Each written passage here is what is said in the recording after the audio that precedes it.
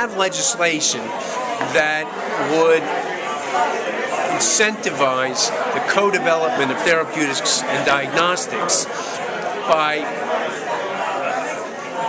recognizing that different business models govern those two fields, diagnostics and therapeutics, and that to come together, the government can and should make it easier than moving them along in separate paths. So we have some legislative concepts that we're working on. They haven't been yet introduced in Congress, but they will be, to encourage co-development of diagnostics and therapeutics. Can you give me some detail about what would this legislation, how would it encourage that outcome?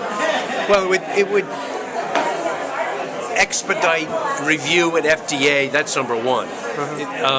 It would develop some. It would encourage. It would give tax credits for investment in this paradigm, and things like that. There are 6 altogether, 6 concepts that we have worked on. Some of which may actually see the light of day and may be enacted in the coming next year as amendments to the PDUFA legislation.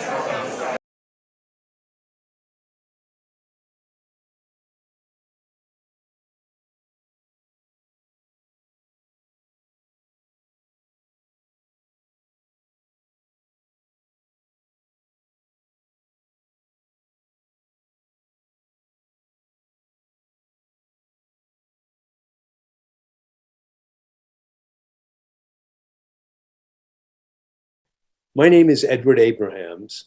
I am president of the Personalized Medicine Coalition, an education and advocacy organization for those of you who may not know us. Our mission is to accelerate investment in and adoption of personalized medicine. As you know, this morning, PMC released a white paper titled Using Health Data to Advance Personalized Medicine, which we have sent to all the participants in this webinar. Because the paper addresses issues that are not going to go away, I hope you'll read it and refer to it in the future as a discussion about how to integrate data into healthcare evolves. The purpose of the white paper is to set the stage for continued consideration of using data to improve and advance personalized medicine by bringing together in one place a definition of the opportunity that lies in front of us and a recognition of the challenges that opportunity faces.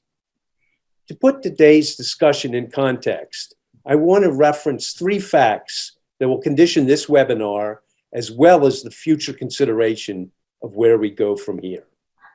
First, the promise of personalized medicine, of better outcomes for patients and greater efficiency for health systems, rests on our ability to aggregate, analyze, and share data, both from patient encounters with the health system and increasingly with the digital world. By so doing, we can help ensure that each patient's biological characteristics, behaviors, and environmental circumstances help inform his or her medical interventions. As it has elsewhere, data has the capacity to greatly improve the delivery and efficiency of healthcare.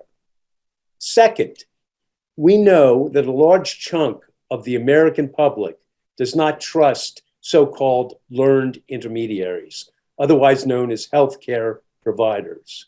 We know this because 35% of the public has refused to get vaccinated, not a small number, and not a statistic without significance for healthcare. We're going to have to grapple with the issue of trust in the future. And third, while Democrats and Republicans may not agree on much today, upwards of 80% of both, according to a recent poll, believe that Congress should make privacy law a priority, which may or may not impact the future of integrating data into healthcare. To help us work through both the opportunity and the challenge defined by our white paper, I'm delighted to welcome to this PMC webinar the principal author of our report, Greg Downing, and two of the three co-chairs who shepherded through PMC's ad hoc PMC working committee on data.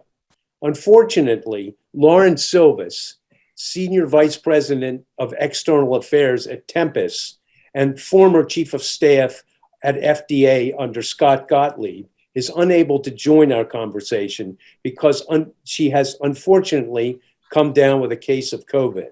I'm sure that everyone joins me in wishing her a speedy recovery. Personalized medicine is the use of diagnostic tools to identify important information about our health, often genetic information.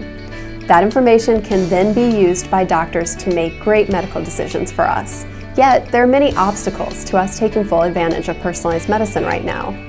The first is medical education. Doctors don't always know that genetics can influence our health care.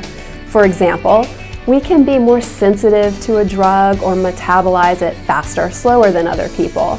And this is knowable information, but our doctors might not recognize that. Another example is electronic health records. We can have access to our genetic information now, but without that information being put into our electronic health record, nobody has access to it. We don't have access to it, our doctor doesn't have access to it. A third barrier is health insurance companies. They often see